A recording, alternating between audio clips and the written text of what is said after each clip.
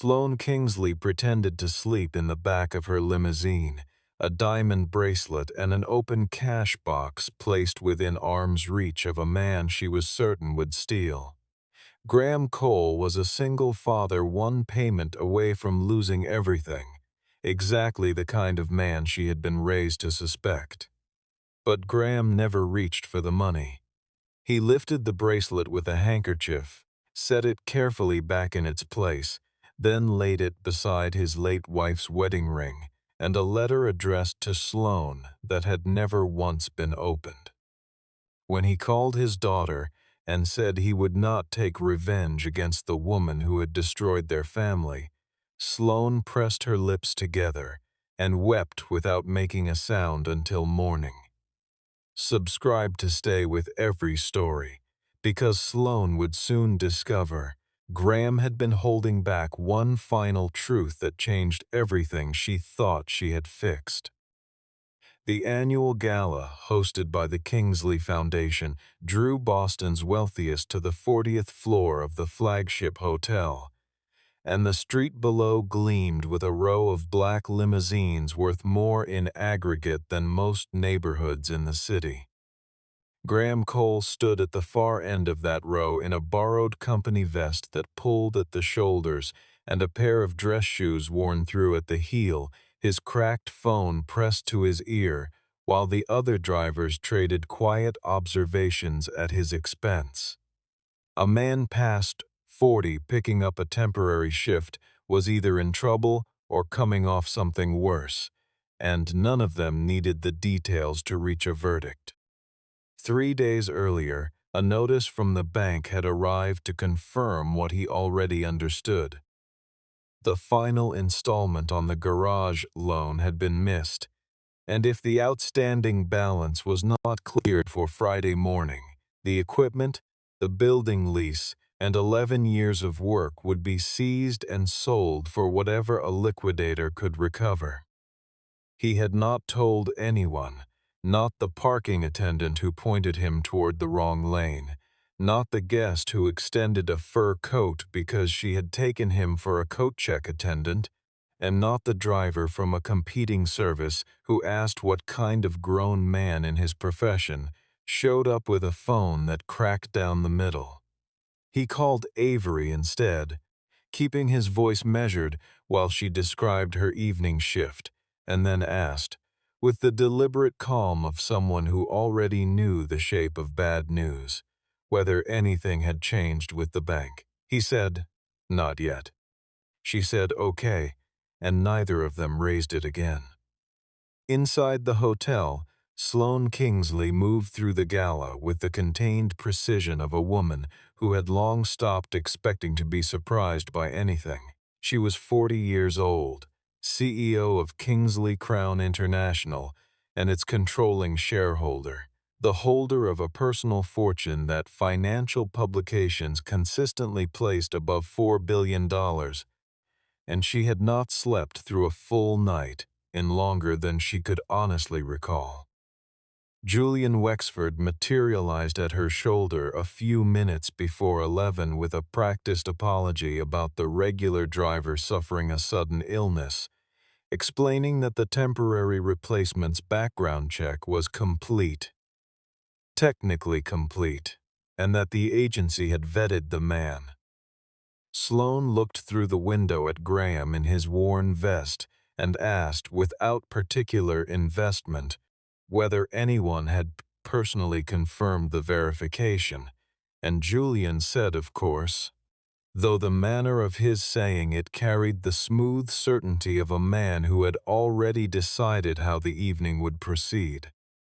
When Graham opened the rear door, Julian spoke before Graham could introduce himself, informing Sloane with the pleasant carelessness of someone delivering a warning wrapped as casual conversation that temporary drivers had a documented tendency to sell private information to journalists, and that a man who appeared one paycheck from genuine hardship typically had a flexible understanding of loyalty. Graham heard every syllable and made no response, He stated his name once, and Julian went very still for exactly 1 second before recovering himself. Julian then asked, in a tone that approximated idle curiosity, whether Graham happened to be related to an Elise Cole who had worked in the company's internal audit division some years prior. Graham answered without hesitation. She was his wife. Julian pivoted back to Sloane within moments, his voice carrying the measured ease of a man who had been managing complications long enough that this particular one registered as minor. He explained that Elise Cole had been terminated from Kingsley Crown 7 years earlier, following an internal investigation into the misappropriation of company funds, a matter fully closed, fully documented, and that the family had apparently disputed the conclusion without producing evidence sufficient to alter the record. Graham said, without raising his voice, that the record was incorrect. Sloane looked at him with the particular flatness she reserved for conversations she did not intend to extend, and told him she did not revisit personnel decisions involving former employees who had been formally found in violation of company policy, least of all during a working engagement.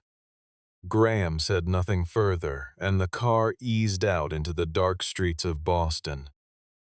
The bracelet disappeared before the final guests had exchanged farewells.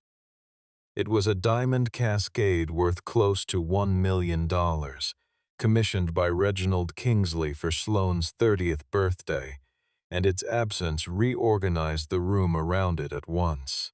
Julian requested that security sweep all service staff and temporary hires present that evening, and when an officer discovered the bracelet tucked into the outer pocket of Graham's borrowed jacket, the cluster of onlookers assembled in the service corridor reached the conclusion Julian had built for them.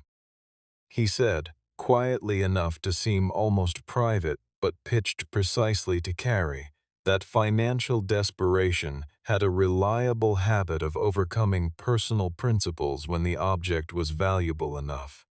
Graham stated with full composure that he had never handled the piece, that he had not been near the coat room, and that he was prepared to cooperate with any investigation conducted by proper procedure.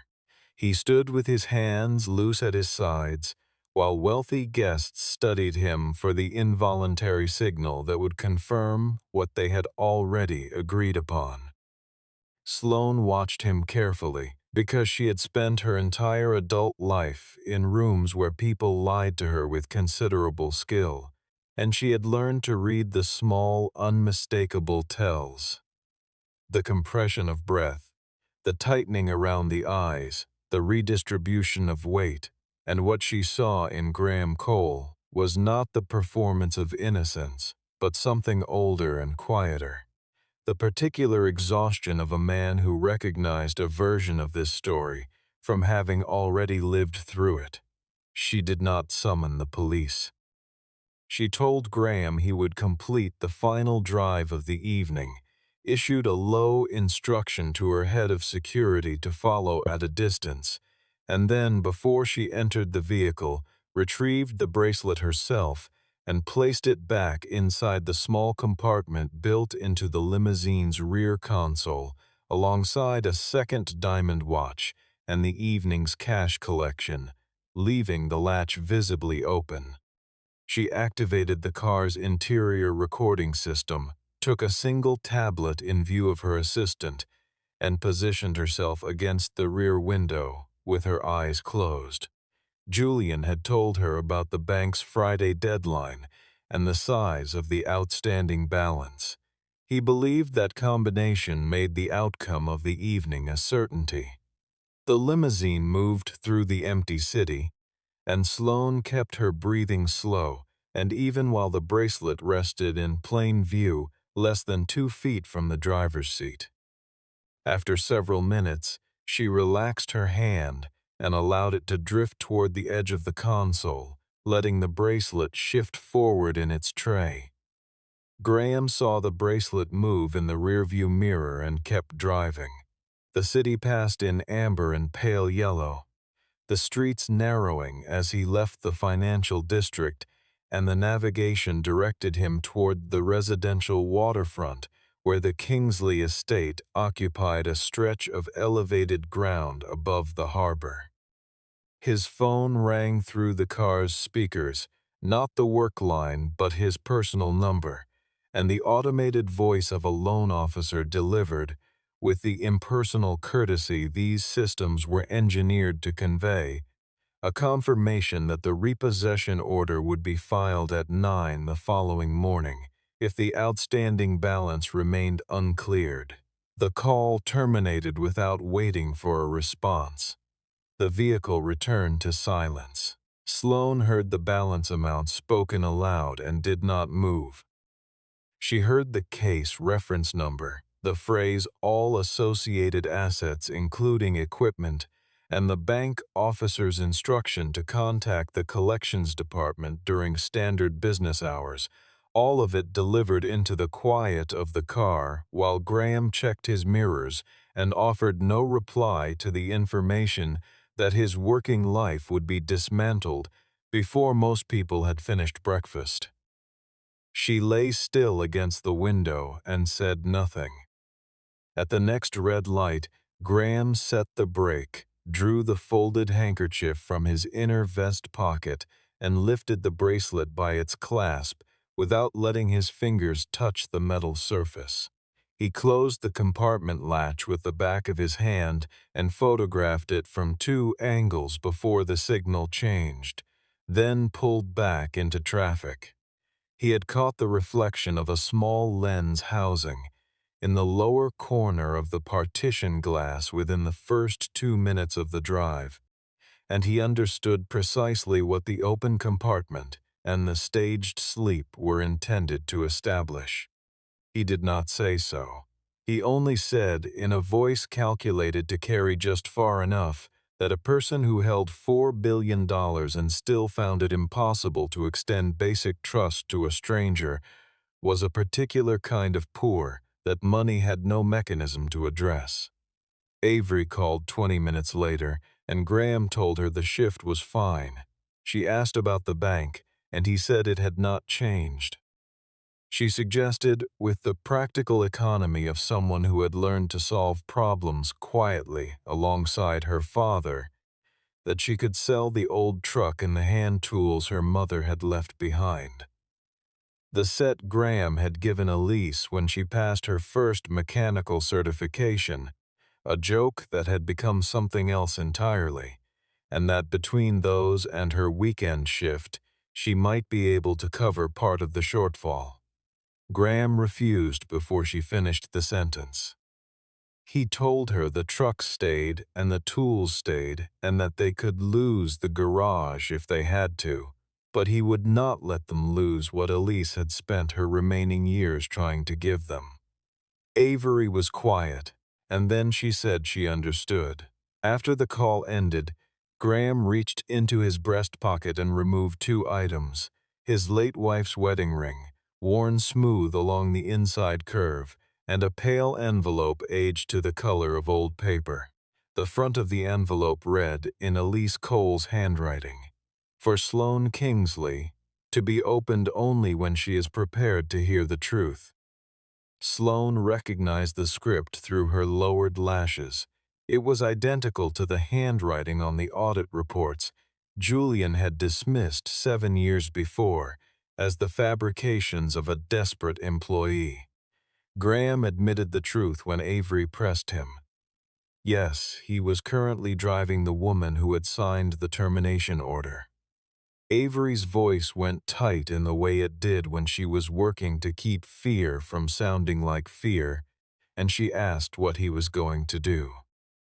Graham said he had imagined, in the years since Alice died, what it might feel like to release all the documentation publicly, to watch the Kingsley name fall apart in real time, to have every financial journalist and investigative reporter in New England receiving the same envelope on the same morning. He had thought about it the way a person thinks about something they know they will never actually do. Elise had not asked for retribution. In the months before she lost her ability to speak clearly, she had told him, with a specificity that surprised him at the time, that she did not want Avery to grow up, believing revenge was the instrument by which justice traveled. She had believed Sloane was also a victim of the men around her. She had written that belief down. Graham told Avery he was going to leave the letter, and then he was going to let Sloane decide. If she chose to bury it the way her company had buried everything else, then the documentation would go to Naomi Bennett, and from there to the appropriate regulatory bodies. Not to tabloids, not for money, but through the channels Elise had spent her last clear-headed months preparing. Avery reminded him that their mother had never spoken of Sloane with hatred. She had spoken of her with something closer to sorrow, the way a person speaks about someone who was trained from childhood to become exactly who she did not need to be. Graham ended the call, set the letter on the rear console beside the closed compartment, and placed his wife's ring on top of it so the envelope would not slide. He also placed a small drive there, a drive Elise had prepared and sealed in an envelope of its own, with a label in her handwriting that he had not opened because she had asked him not to, until he was certain it would reach the right hands. He did not take so much as a single bill from the compartment, though even the smallest fraction of what it contained would have been enough to save the garage 3 times. When the car moved through a rough section of the waterfront road, he heard the soft impact of Sloane's head against the window glass. He pulled over, adjusted the headrest gently without waking her, and, finding the temperature in the car had dropped while the climate control ran low, removed his jacket and placed it over her in silence. He heard her breathing change, barely perceptibly, and he returned to the driver's seat. He said in a voice that assumed she was asleep and did not perform for the camera that his wife had lost everything because of a signature, one that had taken fewer minutes to apply than it took to boil water, but that in all the years after, Elise had still believed the woman who signed it was capable of being someone better than what that moment had made her. When the car reached the estate, Graham did not wake Sloane. He called the house manager to the vehicle, reported that the compartment was sealed and intact, and requested that its contents be counted on camera before being returned inside. He left the letter on the console but retrieved his wife's ring, because the ring was not a bargaining instrument.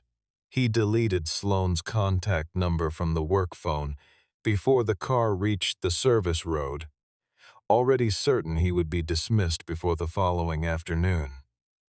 When the limousine cleared the front gate, Sloane opened her eyes. She sat in the empty car for a long moment with Graham's jacket across her lap, and then she carried it and the envelope and the small drive inside to the library and locked the door. Elise Cole had written 12 pages by hand, and Sloane read them all. The letter began not with accusation but with a date. The date Elise had first identified a pattern of unusual transfers moving out of Kingsley Crown's Employee Welfare Fund, a pool accumulated over years from voluntary payroll contributions by staff who earned less in a year than the evening's gala flowers had cost. Elise described 3 separate reports submitted to Sloane's office through official internal channels, each containing account codes, transfer dates, and the names of the receiving entities. She described the silence that followed each submission, and then the meeting at which Julian Wexford had presented her with termination papers and a pre-signed agreement barring her from speaking to regulators. She had not signed it. She described what the $18 million represented to the families whose emergency contributions it had absorbed, the nurses whose maternity claims were denied, the maintenance staff whose medical reimbursements stopped processing, the kitchen employees who discovered their hardship grants had been suspended without explanation. She did not ask Sloane for anything that belonged to the Cole family. She asked her to restore what belonged to those 340 individuals.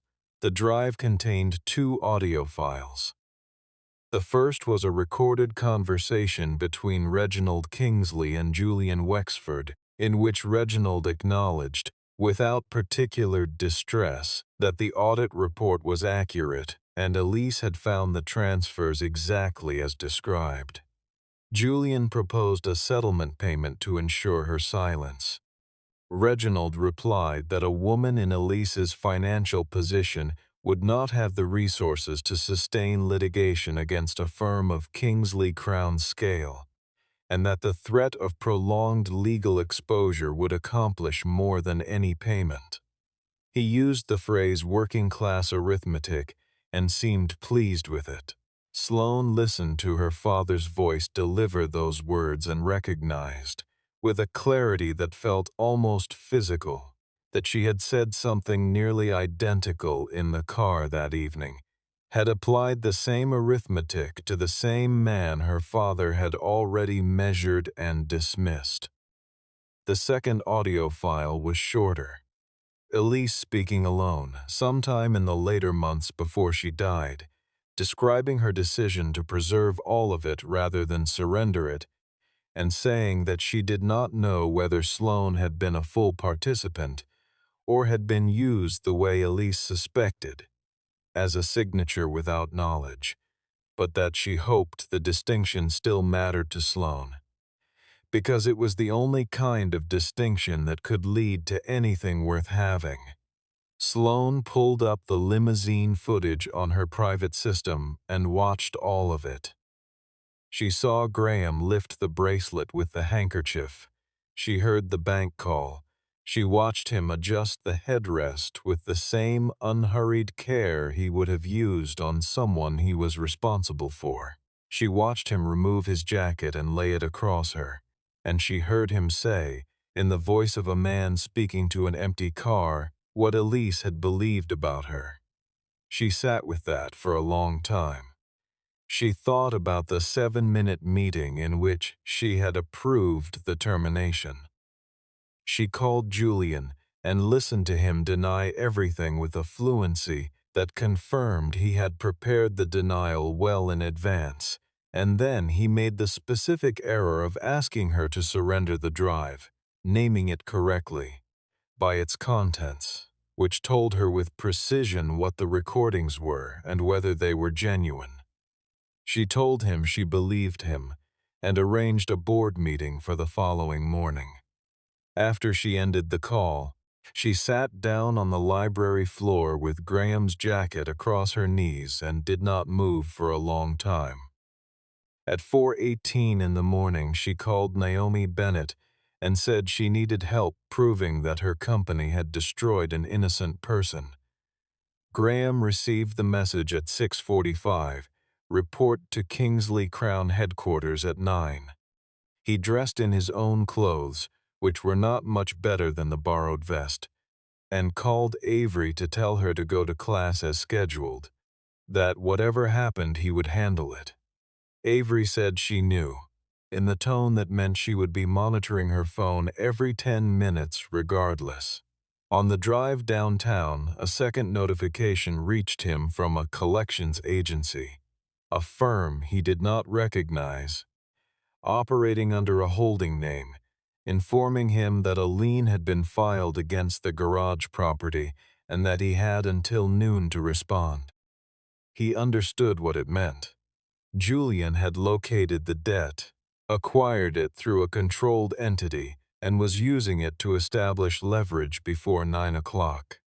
The lobby of Kingsley Crown's headquarters was a 70-foot atrium of glass and pale stone, and when Graham walked through the main entrance, Several employees who had been present at the gala shifted their attention toward him with the particular stillness of people watching someone they had already judged.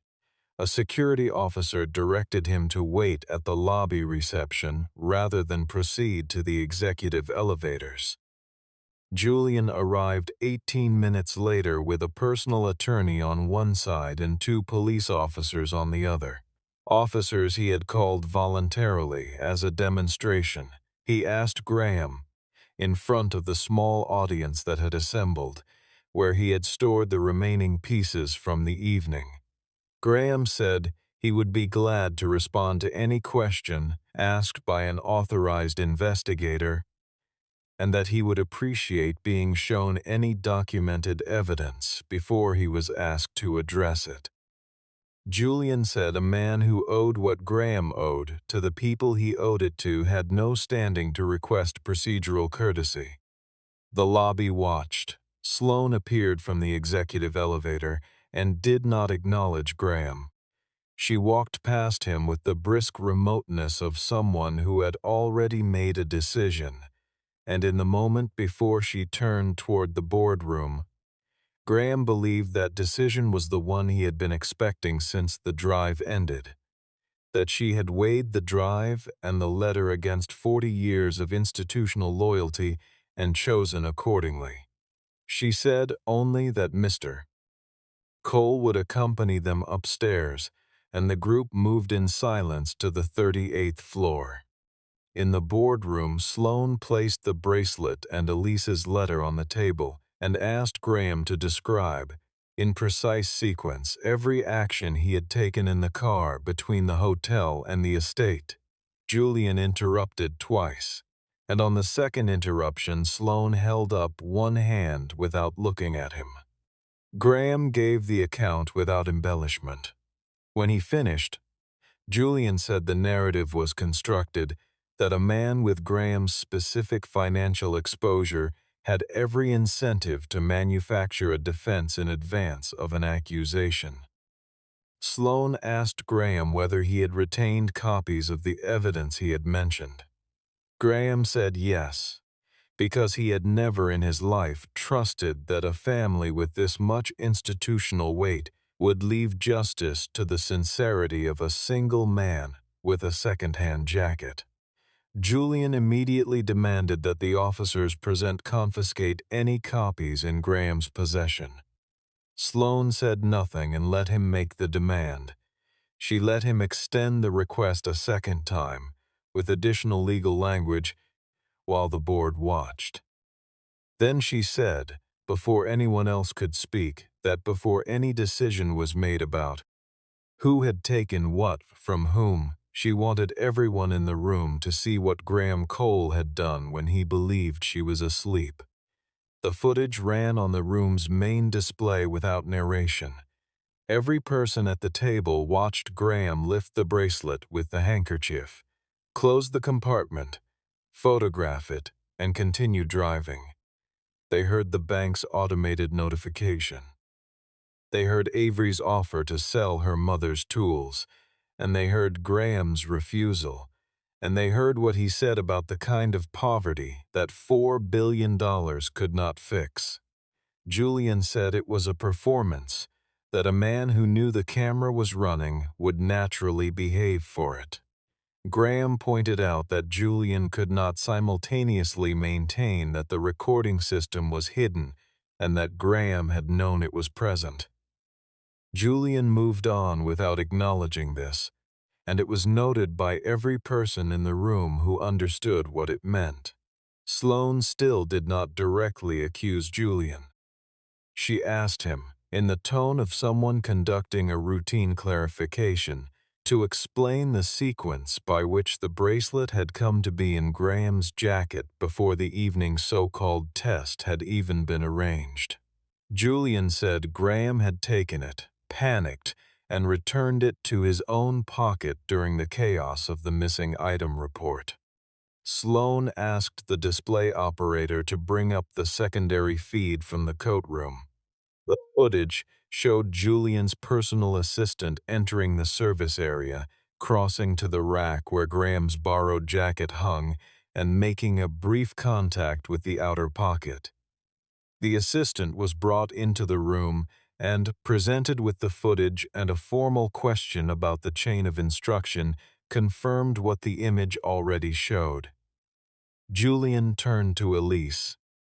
He said a dead woman's unsigned letter and a set of documents produced by someone with an obvious grievance constituted exactly the kind of manufactured evidence that courts dismissed in the first filing. Graham's hands tightened once around the arms of his chair, and then he placed them flat on the table. Sloane asked Julian whether he was prepared to confirm, on the official record, that the entirety of the personnel file on Elise Cole was accurate and complete. He said yes, clearly, in front of the board members and the officers, and accepted the statement form she passed across the table. He signed it because the documentation Elise had assembled was supposed to have been destroyed 7 years ago, and he had confirmed its destruction himself. Naomi Bennett entered the room through the side door with a forensic accountant from an independent firm, carrying certified copies of banking records she had held in trust at an off-site legal office since the month Elise had first come to her. Records that predated the termination by 6 weeks and that had been stored under seal precisely because Elise had not trusted that they would survive if she kept them anywhere connected to her own name. The account numbers matched the figures in Elise's letter. The approval signatures were verified as electronic credentials, applied through Sloane's Access profile while she was physically overseas at a development conference, her passport stamps forming an alibi that the login records directly contradicted. The authentication trail traced to a terminal assigned to Julian's department. A board member who had spent the previous 40 minutes positioning himself beside Julian was now studying the table's surface with focused attention.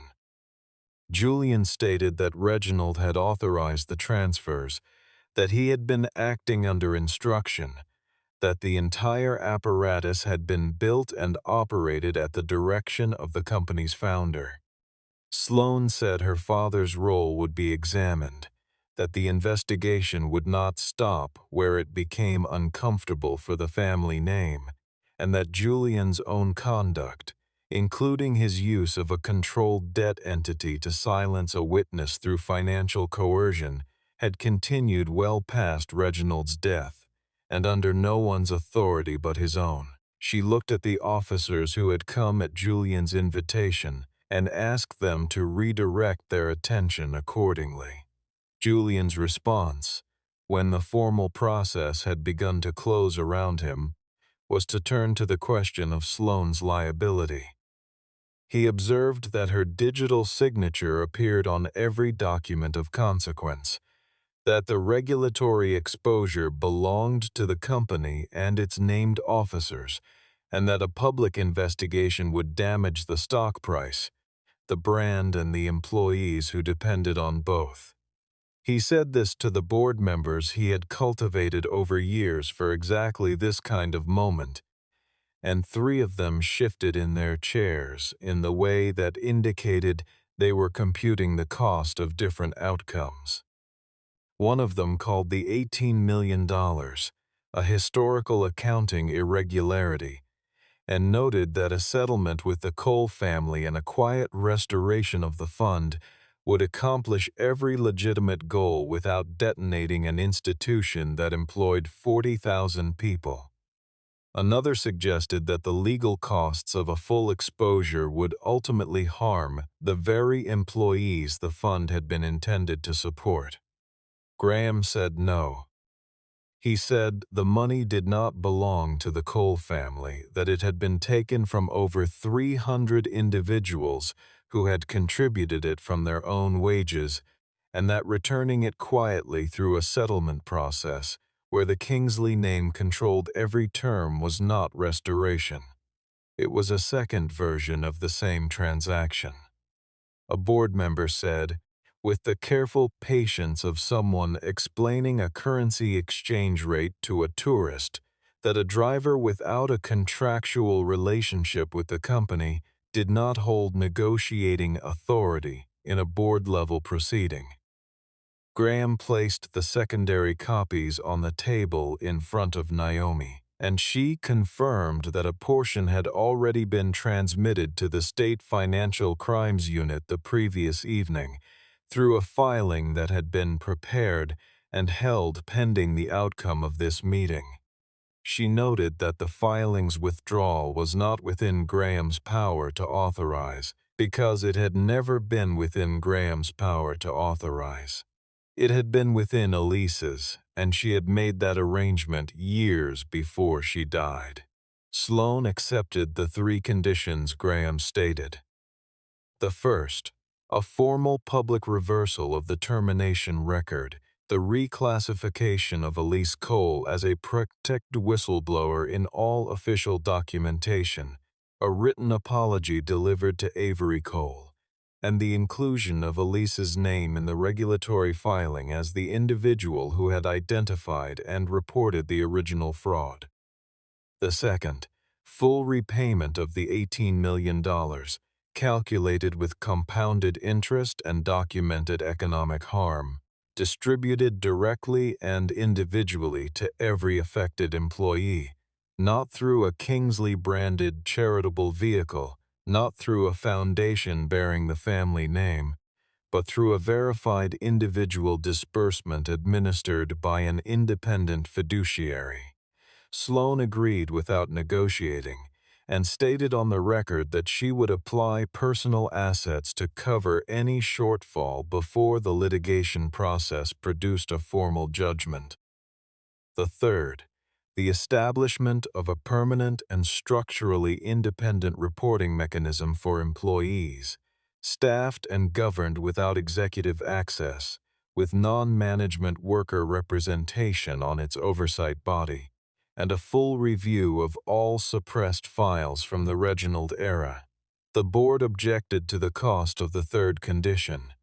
Graham told them the documentation in Naomi's possession covered not only this case, and that the question before the board was not whether to open those files, but whether to do so on their own terms or someone else's.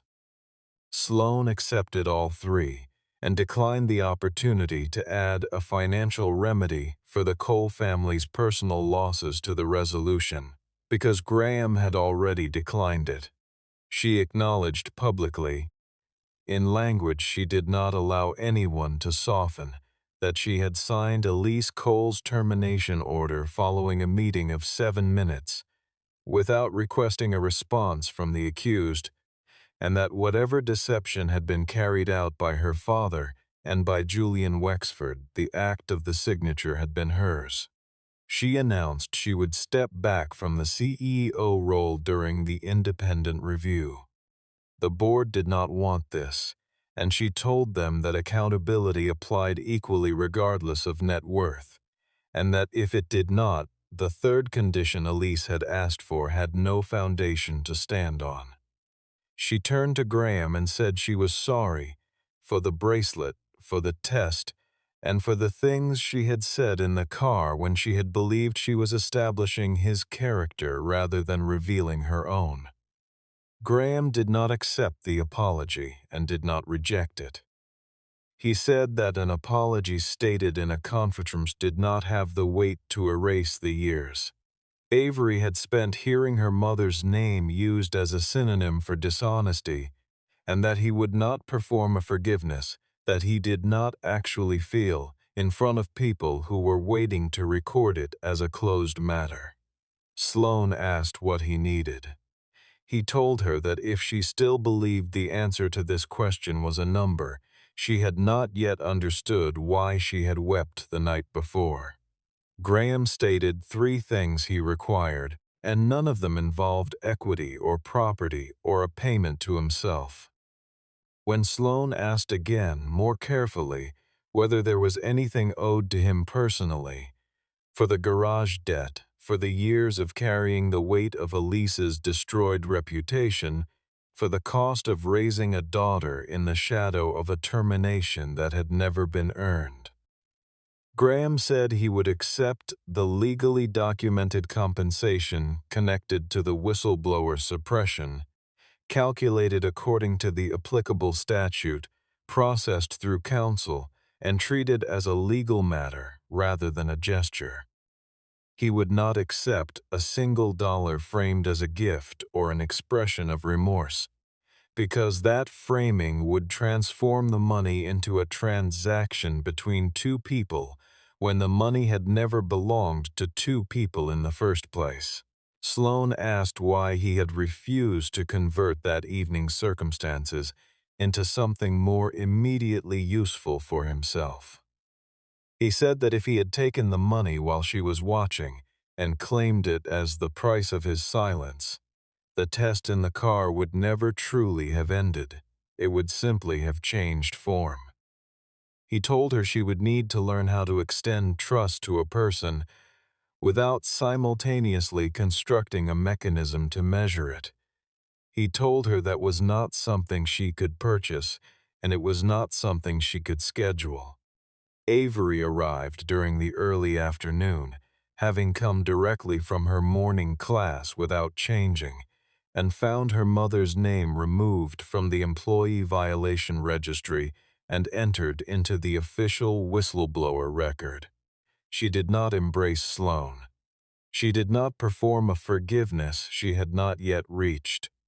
She looked at the corrected document for a long moment, and then she told Sloan that she hoped she would keep the promises she had made, because Elise had believed she could, and Elise had been right about most things even when the world arranged itself to prove otherwise. When the room had emptied and the legal teams had moved to their respective offices, Sloan crossed the boardroom to where Graham was waiting for the elevator. She held out his jacket, which had been cleaned overnight. The tear in the inner lining had been sewn, the collar had been pressed, and the small oil stain on the left cuff, a mark from what appeared to be brake fluid or engine grease, worn into the fabric from long regular contact, had been left exactly as it was. Graham looked at the cuff for a moment, and then he took the jacket. 6 months after that evening, Julian Wexford was formally charged with fraud, document forgery, and misappropriation of funds administered in trust. The investigation confirmed that Reginald Kingsley had authorized the original transfer and had directed the suppression of Elise's reports, and that Julian had continued both the concealment and the fund diversion for more than 2 years after Reginald's death under no one's authority but his own. Sloan returned to the CEO position following a review conducted by an independent board majority. She sold a secondary residence and liquidated a personal stock position to fund the employee repayment before the litigation produced a formal order, because she had committed to a timeline and she intended to keep it. The garage on Commonwealth Avenue reopened under the name Cole and Elise Motor Works, the original equipment intact and the building lease renewed. Graham declined an offer of an executive operations role at Kingsley Crown. He accepted a fleet maintenance contract for the company's Boston vehicles, negotiated at current market rate by a lawyer he had hired with the first disbursement from the legal settlement, and he continued to work the morning shifts himself because the work was the part of his life that had remained his own all the way through. Sloan began bringing her vehicles to the garage rather than summoning Graham to the corporate campus, and in the early months this arrangement was professional and somewhat formal. She asked questions before making requests, which was new, and she introduced herself to Avery without expectation of warmth, which Avery noted and quietly appreciated. The shift between them happened gradually in the way that real things shift, not through a declared moment, but through accumulated, small choices made consistently in the same direction. Graham noticed she had stopped testing and started simply asking. Sloane noticed that the only time she had slept without pharmaceutical assistance in recent memory was in the back of a moving car driven by a man she had once decided was beneath her attention. One evening in late autumn, she asked if he would drive the old limousine to a small private memorial for Elise, a gathering organized by several former Kingsley employees who had received their fund repayments and wanted to mark the name that had made it possible. On the return drive, the city quiet and the road smooth, Sloane fell asleep against the window. Graham saw it in the mirror, his first instinct, shaped by the memory of what she had done and what he had known while she watched him from behind closed eyes, was to scan the car. But the compartment was locked. The watch was on her wrist, and the camera light was dark. She was simply asleep, the way a person sleeps when they are exhausted and feel, for the first time in a long time, that they do not need to guard against the place where they have landed. He drove the rest of the way without speaking, and at the estate he placed his jacket over her the way he had placed it the first night, and he waited for the house manager before he left. When Sloane woke, she found the jacket and no note. The next morning she called him and apologized, not for the specific act of falling asleep, but for the first time she had done it, for what she had built around it, and for the fact that it had taken her the better part of a year to sleep without performing rest. Graham told her that trust was not something established in a single night. It was built from what a person did on all the ordinary mornings after. She asked if he would agree to dinner with her. No driver, no security detail, nothing booked or arranged or designed to communicate anything. And he said yes, with one condition: she had to drive herself to the restaurant. She laughed. It was the first time he had heard her laugh without an audience to perform it for. 1 year after the evening of the gala, the employee fund had been fully restored to every account on record, with interest. Elise Cole's name had been formally entered into the company's internal regulatory history as the person who identified and reported the fraud. Graham worked the same garage, lived in the same house on the same street, and had not acquired anything he had not earned through ordinary labor. He was not rich. The difference was that he was no longer required to carry a lie on behalf of people who had benefited from its weight. Avery completed her second year without withdrawing from any of her courses, and she had begun to describe her mother's story, not with the lowered voice she had used for years, but with the directness of someone speaking about a person whose record had been corrected. Sloane and Graham moved toward each other at the pace of two people who had both been significantly damaged by the way love and authority had been conflated in their separate histories, and they did not mistake the pace for the thing itself. In a quiet moment on a drive neither of them had scheduled, Sloane had simply appeared at the garage near closing time, and Graham had not asked for an explanation. She fell asleep again in the passenger seat of a truck that was worth considerably less than the vehicle they had started in.